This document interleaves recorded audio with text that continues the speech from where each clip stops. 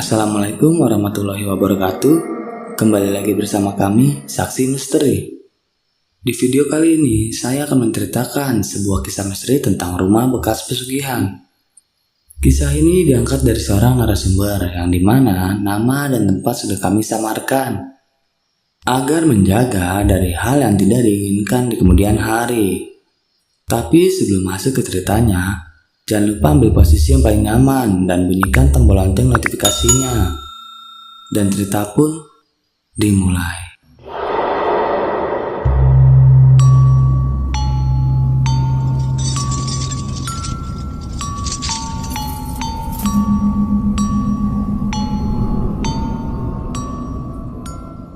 Sebenarnya sudah 10 tahun silam lamanya kisah ini terjadi. Hari itu kami bertiga mendapat tugas dari salah seorang bos pemilik sebuah perusahaan swasta di Kota Kembang untuk berkunjung pada sebuah rumah yang sudah beberapa tahun lamanya dibiarkan terbengkalai. Alasan saya berkunjung ke tempat itu tiada lain untuk melihat dan meneliti kelayakan rumah tersebut yang nantinya akan dijadikan mes atau rumah penginapan untuk para karyawan yang bekerja pada perusahaan si bos tersebut. Saya, abah, dan adik saya berangkat pukul 5 sore menjelang maghrib waktu itu dengan menggunakan mobil Avanza berwarna putih. Akhirnya kami bertiga pun berangkat menuju ke lokasi yang sudah direncanakan. 1 jam lamanya kami bertiga berada di perjalanan hingga singkat cerita pada akhirnya kami sampai pada titik tersebut. Rumah tersebut terlihat megah sekali dengan cat berwarna putih yang sudah mulai kusam karena tak terawat, beserta tiang-tiang pilar yang dari tiap sudutnya sudah terlihat mulai nampak retak. Ada yang bergaris melintang dan melingkar. Halaman depan rumah tersebut dihiasi dengan pagar besi berwarna hitam yang menjulang tinggi, yang sudah mulai berderit ketika pertama kali saya membukanya. Suara deritan pagar besi tersebut terdengar nyaring di tempat sepi seperti ini yang sangat jauh dari keramaian. Suara deritan tersebut seolah menyambut kami yang menandakan selamat datang di dimensi lain. Sayang rumah sebesar dan semegah ini dibiarkan terbengkalai. Begitulah kata abah yang saat itu melihat dedaunan pohon pinus berserakan di lantai. Kesan pertama kali yang saya dapatkan ketika kaki ini menginjak halaman depannya adalah perasaan yang was-was. Entah kenapa, sepertinya ada seseorang dari lantai 2 rumah yang sedang mengawasi saya beserta abah dan adik saya. Abah sempat berpesan padaku bahwa ada baiknya sebelum kita membuka pintunya, kita sama-sama berdoa terlebih dahulu agar kita semua diberikan kelancaran serta keselamatan. Namun ada yang terlihat berbeda dari wajah abah kala itu. Sebelum memulai doa, raut wajah abah terlihat tegang dan dari segi sikapnya nampak gelisah, seolah ia melihat sesuatu yang asing dan menyembunyikan hal tersebut dari saya dan adik saya. Selesai berdoa, kali ini abah berada di barisan paling depan sebagai orang yang pertama kali membuka pintu dan masuk. Saya dan adik saya waktu itu mulai mengikuti langkah abah untuk masuk ke dalam dan mulai menelusuri rumah tersebut. Ada berbagai hiasan dinding yang menempel rapi pada dinding kusam rumah itu. Dari sebuah lukisan bergambar harimau berkulit putih, sampai mata saya sedikit terbelalak melihat sebuah lukisan yang terkesan aneh untuk dilihat. Lukisan tersebut berukuran lebih besar dari lukisan lainnya yang berjajar di sampingnya. Lukisan tersebut bergambar seorang wanita yang memakai selendang berwarna hijau dengan tubuh yang dililit oleh seekor ular berwarna putih. Perempuan tersebut terlihat menggunakan mahkota yang berwarna kemasan yang membuat saya sedikit bergidik, tak lain ialah ketika menatap kedua mata yang berwarna putih pucat. Bola matanya seperti terbalik dengan lidah yang menjulur keluar dan bercabang 2 seperti ular. Setengah jam lebih lamanya, saya, abah, dan adik saya meneliti tiap sudut demi sudut ruangan tersebut. Ternyata kemegahan rumah ini dari luar tidak sesuai dengan keadaan dan fisik bangunan dari dalam. Banyak sekali pecahan kaca yang berserakan di atas tangga, serta jendela dan atap ruangannya yang terlihat bolong dari berbagai penjuru. Hingga dari arah luar membuat angin lebih luas masuk dan berlalu lalang. Saya, abah, beserta adik saya perlahan menaiki tangga menuju lantai 2 rumah tersebut. Tak ada keanehan sama sekali, tetapi ketika kami bertiga sampai pada sebuah ruangan Yang nampaknya ini adalah kamar dulunya. Terlihat dari ranjang besi yang dilapisi kasur putih bermotif kembang. Lengkap pula dengan sebuah cermin tua yang terpampang rapi pada sudut kamar. Abah sempat menyentuh sekelar lampu pada ruangan tersebut. Namun mungkin karena terlalu lama dibiarkan terbengkalai, keadaan listrik dari rumah ini memang benar-benar mati total seluruhnya. Sayang, padahal kalau seandainya terang, mungkin kamar tersebut akan terlihat lebih nyaman untuk dikunjungi. Beralih pada ruangan yang lain yang terletak paling sudut ruangan tersebut, sempat mengundang tanda tanya bagi saya dan Abah. Karena tak seperti ruangan yang lain, ruangan tersebut berada dalam keadaan pintu yang tertutup rapat. Selain itu, dari atas pintu tersebut tak terlihat adanya lubang ventilasi udara, tak seperti pintu-pintu normal lainnya. Abah sempat beberapa kali mencoba membukanya, namun sepertinya pintu tersebut dikunci dengan kunci yang berbeda dari keseluruhan kunci yang Abah pegang saat ini. Sayup-sayup terdengar ajan Isya berkumandang. Saya berkata pada Abah untuk menyudahi pengajakan rumah tersebut kali ini.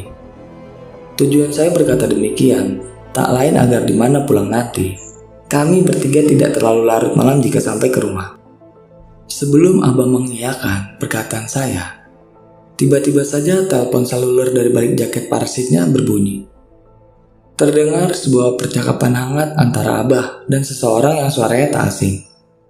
Saya sempat menguping pembicaranya, karena bagaimanapun, Abah mengangkat telepon tepat berada 2 langkah dari depan saya berdiri. Si bos menyuruh kita jangan dulu pulang, katanya karena ia juga akan kemari. Begitulah kata Abah usai menutup dialog hangat di seberang telepon itu. Mau tidak mau, saya pun mengiyakannya. Karena ini merupakan tugas yang sudah kami sanggupi sebelumnya. Yang pada akhirnya, saya mengajak Abah untuk menunggu kedatangan bos tersebut di lantai paling bawah. Karena kebetulan, tas yang saya bawa berisi senter dan peralatan lainnya tertinggal di sana. Kami kembali mulai menurunin anak tangga tersebut. Sebelah tangan saya sempat berpegangan pada besi tua yang terasa berkarat yang menjadi dinding penopang tangga tersebut. Entah saya yang terlalu memperhatikan Abah. Kali ini kembali dari arah depan, Abah terlihat gusar ketika hendak menuruni tangga. Entah apa gerangan yang ia sembunyikan. Saat itu saya mencoba bertanya pada Abah. Namun acap kali, Abah hanya berkata, "Cepat," itu saja yang keluar dari mulutnya. Ketika kami sampai di ruangan bawah, ternyata tak sesuai dengan harapan. Ruangan tersebut terlihat lebih gelap dan mencekam dibandingkan dengan ruangan yang berada di atas. Di balik gelap ruangan itu, deretan lukisan yang tadi saya lihat kini terlihat seperti mengawasi kami bertiga dari tiap sudutnya. Lalu entah apa yang Abah lakukan waktu itu di balik gelap. Karena di bawah lukisan paling menyeramkan tadi, Abah terlihat bergumam sendiri dengan bahasa Sunda yang pekat. Yang saya dengar waktu itu Abah seperti berucap, "Tong ngaganggu budak aing mah ngan saukur dititah ka dieu." Demikianlah kata Abah di balik asap rokok kereta gudang garam merahnya, yang tak kenapa dengan sengaja ia hisap. Padahal saya tahu bahwa Abah tidak menyukai produk rokok tersebut. Suasana sudah semakin gelap ketika cahaya senter yang saat ini saya genggam terlihat semakin terang di ruangan ini. Angin yang cukup kencang kini berlalu lalang di atas kepala saya dan Abah. Sebenarnya kedua mata saya sudah sangat lelah dan mengantuk. Namun saya paksa untuk terus terbelalak karena saya takut terjadi sesuatu pada Abah di tempat ini. Meskipun pada saat itu, Abah beberapa kali berucap pada saya untuk tidur sejenak. Tiba-tiba saja entah kenapa, rasanya saya tak nyaman untuk duduk. Rasanya gelisah, namun tak tahu apa yang digelisahkan. Jantungku pun terasa berdegup lebih kencang, tak seperti biasanya. Entah apa gerangan yang akan terjadi. Yang pasti, seperti itu awal mulanya yang saya rasakan. Dan mungkin Abah pun merasakan hal yang demikian. Hingga tak lama berselang, Abah menyuruh saya untuk beristighfar. Raut mukanya terlihat lebih cemas kali ini, ketika ia mengucapkan hal yang demikian pada saya. Tiba-tiba saja sesuatu dari atap rumah terlihat berayun pelan dan hendak turun ke bawah.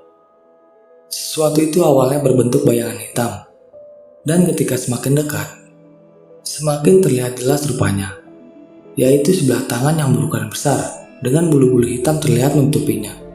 Dengan ujung-ujung kuku tangan tersebut, jika diibaratkan besarnya seperti besar anak bayi. Waktu itu Abah menyuruh saya untuk berunduk dan terus berdoa dalam hati. Ketika tangan raksasa tersebut berayun dan hendak menyambar kepala saya. Kejadian tersebut berlangsung hampir lumayan lama. Dan pada akhirnya berhenti usai Abah terus-menerus menyuruh saya untuk berdoa. Setelah kejadian tersebut berselang, kali ini terdengar kembali suara aneh. Suara tersebut terdengar seperti suara anak kecil yang memanggil ayahnya. Suara tersebut terdengar dari atas yang tepatnya berada di ruangan yang tertutup tadi. Abah berkata pada saya untuk terus berdoa dan menghiraukannya, walaupun suara itu terus terdengar. Tak lama berselang, dari arah luar rumah terdengar suara deritan pagar besi yang dibuka. Lalu kilatan lampu mobil terlihat berbinar pada tiap-tiap dinding rumah. Dua orang pria masuk membuka ruangan rumah. Dan rupanya itulah orang yang kami tunggu-tunggu. Aku dan adik saya mengikuti langkah kaki Abah untuk keluar dari rumah tersebut bersama si bos dan satu temannya. Tak ada lagi rasa takut kali ini, karena suara tersebut telah benar-benar lenyap. Dan kedatangan kedua orang tambahan membuat saya tidak terlalu takut. Meski kejadian tadi akan tetap saya kenang hingga saat ini. Keesokan harinya, saya kembali bertemu dengan Abah di rumahnya, sembari menikmati secangkir kopi hitam bersama. Saya mencoba memberanikan diri pada Abah untuk bertanya, sebenarnya apa gerangan yang membuat rumah tersebut begitu angker? Sepintas Abah hanya menjawab bahwa dulunya rumah tersebut dibangun dari hasil pesugihan. Banyak yang menjadi korban tumbalnya demi pesugihan tersebut berlangsung. Hingga pada akhirnya si pemilik pesugihan tersebut meninggal. Dan saudara-saudaranya tak ada yang berani untuk menempati rumah tersebut karena takut, hingga rumah tersebut pada akhirnya dibiarkan terbengkalai begitu saja. Dan cerita pun selesai. Bagi teman-teman yang menonton video ini sampai habis, saya ucapkan terima kasih banyak. Dan nantikan video-video kami selanjutnya. Wassalam.